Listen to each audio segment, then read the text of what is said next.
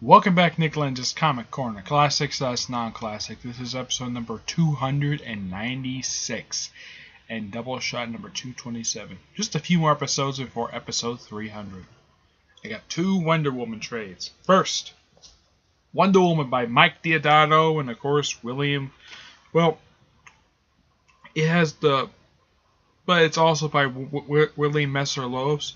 Now, these issues are all drawn by Mike Deodato, who is, some people might know him for more of his more darker artwork that he has known for recently.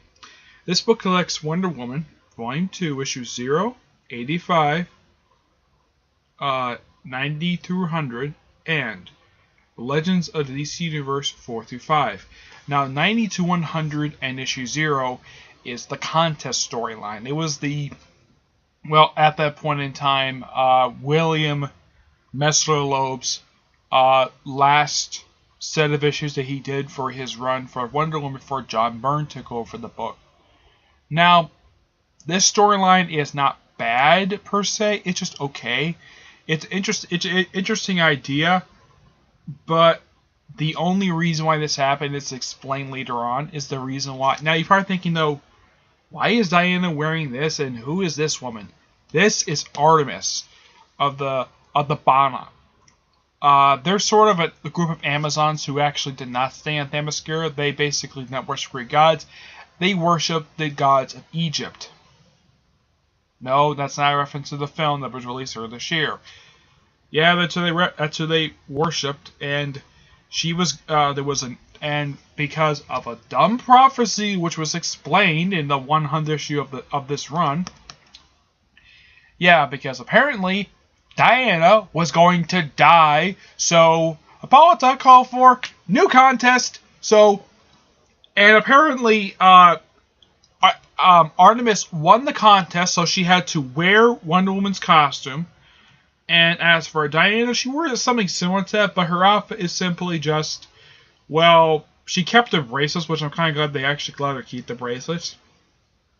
So, she has shorter boots, shorts, a kind of look like a broad top, a blue coat, and of course black gloves. And yes, Justice League did reflect this when she showed up in the book. Justice League America was published at the time. Now, these issues came out mainly from the years of 94, 95, and 1998. Now, Artemis, of course, they had a few known DC Universe villains show up in here. They had the Joker, Cheetah, Cheshire, and of course Poison Ivy. Yeah, they all show up in here trying to kill Diana, who was technically not Wonder Woman. Oh, and typical 90s artwork. Around mid-ish. Well, this is what Mike Deodato's artwork basically does. It's actually pretty good artwork, but there are some shots in here that are like, really? Or like how Artemis, this is what Artemis looks like when she's in combat. She's basically barely wearing anything. And this is typical for around the mid-90s, where this book has a lot of rear shots. Yes, though this is more tamed compared to the other ones. Yes, there are tons of these rear shots. Yes, Mike Deodato loves showing off both Wonder Woman and both Diana and Artemis's rear ends. Yeah. He does this a lot. You can actually do a counter of how many times there's a rear shot. There's a butt shot in here. Yeah. Though, later on, they actually draw her... whenever he draws a costume from the back, it looks like a freaking thong. Oh, look! Another butt shot. Yep. That is probably one thing... anyone who reads this is like, what the heck? Why the heck is there a bunch of rear shots in here? Why the heck does the artist care more about showing off the heroine's rear end than the actual full front? Also, and Jim Lee did this too. If I can find it here. Yeah. There's a moment here, it's like, really, Deodato? You really went there? Let's see if I can show it here. For some reason, they don't show the supervillains' rear ends. And there's about 3 female ones in here. Let's see here. Actually, the one they do show off is, they do show off Cheetah's rear end. Once. Yeah, they show off her rear end once. Let's see if I can find the page in here. And I know that you could probably definitely just do a counter for that. Oh look, this is how Mike Deodato draws the Joker. That's actually a really good Joker. Yeah, I gotta praise Deodato for drawing a really good Joker. Oh! Speaking of rear end shots, here's one for Poison Ivy. Yep, that is Poison Ivy's butt. I am not kidding. Though it's basically her in costume, so it's not showing her actual butt, it's just showing her from the back. Though, oh look, here's Artemis's butt. Sorry about that. Yep. Mike Deodato has turned the bottom of Wonder Woman's classic costume into a thong. And as the story goes forward, this back of the costume gets smaller and smaller as time goes forward. Yes, I am not kidding about that.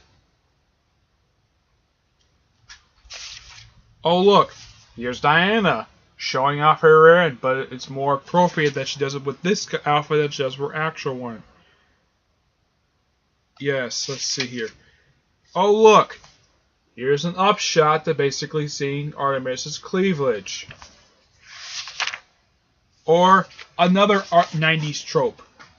Comic pages turned on to their side for really no explained reason. Oh, and that's the only time that happens in this entire book.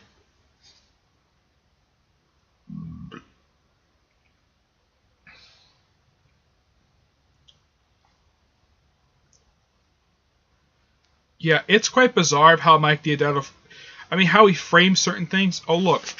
Another cleavage shot of Artemis's. Another cleavage shot for Artemis. Yep.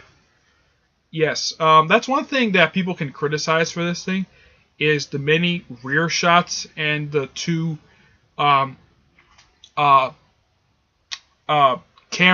crane shots of Artemis's cleavage, basically singing down to her costume. And yes, Jim Lee himself is basically not avoided this, because he actually has done it to Wonder Woman himself in the All-Star Batman and Robin series. The writing is actually pretty good. The writing is good.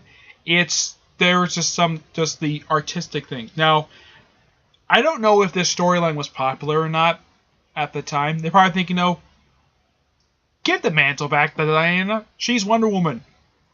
We're reading for this woman, not this nobody who comes like completely nowhere. Oh, I should point out this.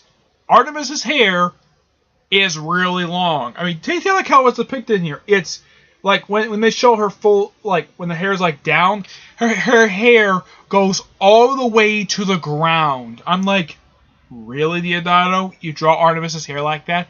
And yes, Greg Rucka uses this woman in his run too, though he has it where when she shows up in that run, she is bathing and Zeus is, well, being a peeping Tom, spying on her.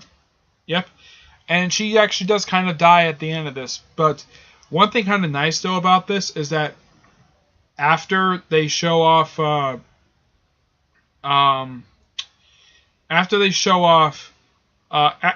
storyline is over, basically it's 90 to 100 with issue 0. They decided to throw in a few other books that Mike Deodato and Willie Messner-Loebs did together. Like Wonder Woman 85 and see if I can find it here.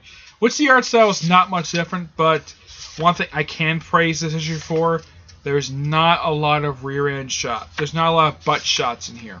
Nope, I am not saying the A word. One thing I can praise for, well, here's Legends DC Universe. Yeah, all the covers look like this because I've had a chance to recently look at this. Now the artwork is very much improved from the early '90s with these 2 issues they threw in here, and they gave Wonder Woman a skirt. Yep, the top half pretty much is it's a bit different. Basically, Deodato gave her it's like the belt she has covers most of her front, and they made the bottom half of her outfit a skirt, which is more. Now, if you read this after you read the contest story, like, why in the world couldn't the costume look like this? Oh, in case you asked, is there any butt shots in here? Yes, but not as many as there were in the actual contest story. Written well, artistically wise, they could use work, but it was the early '90s, and plus they also had a couple times here of the Eschiger poses, where they show the chest and butt at the same time.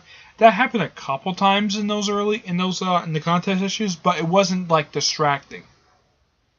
But some are pointing to, yeah, there's a lot of '90s tropes in here, but it is written well. It is Wonder Woman. She's written complete in character. Even she's upset about this whole new contest thing. But despite that, this is actually pretty good, but not all that good. But yeah, I give this book an 8. I only give a step down because of all the butt shots that Deodato just had to throw in there. Yeah, all the butt shots and overhead camera shots that he insists throwing in there. And, of course, the tilting the comic on its side thing. Luckily, it only happens once, but that's the only reason why I took the extra point out. But the story itself is pretty interesting to read as it is. Alright?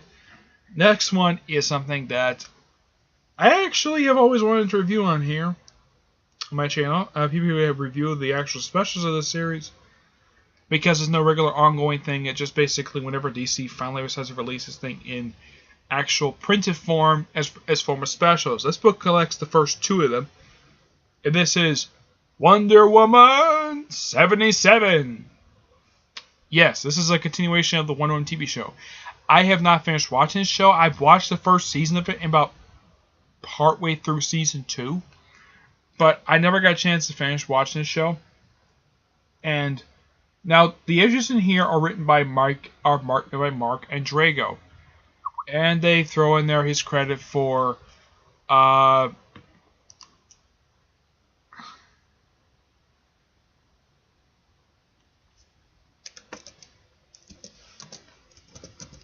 sorry about that, but answering something on Skype.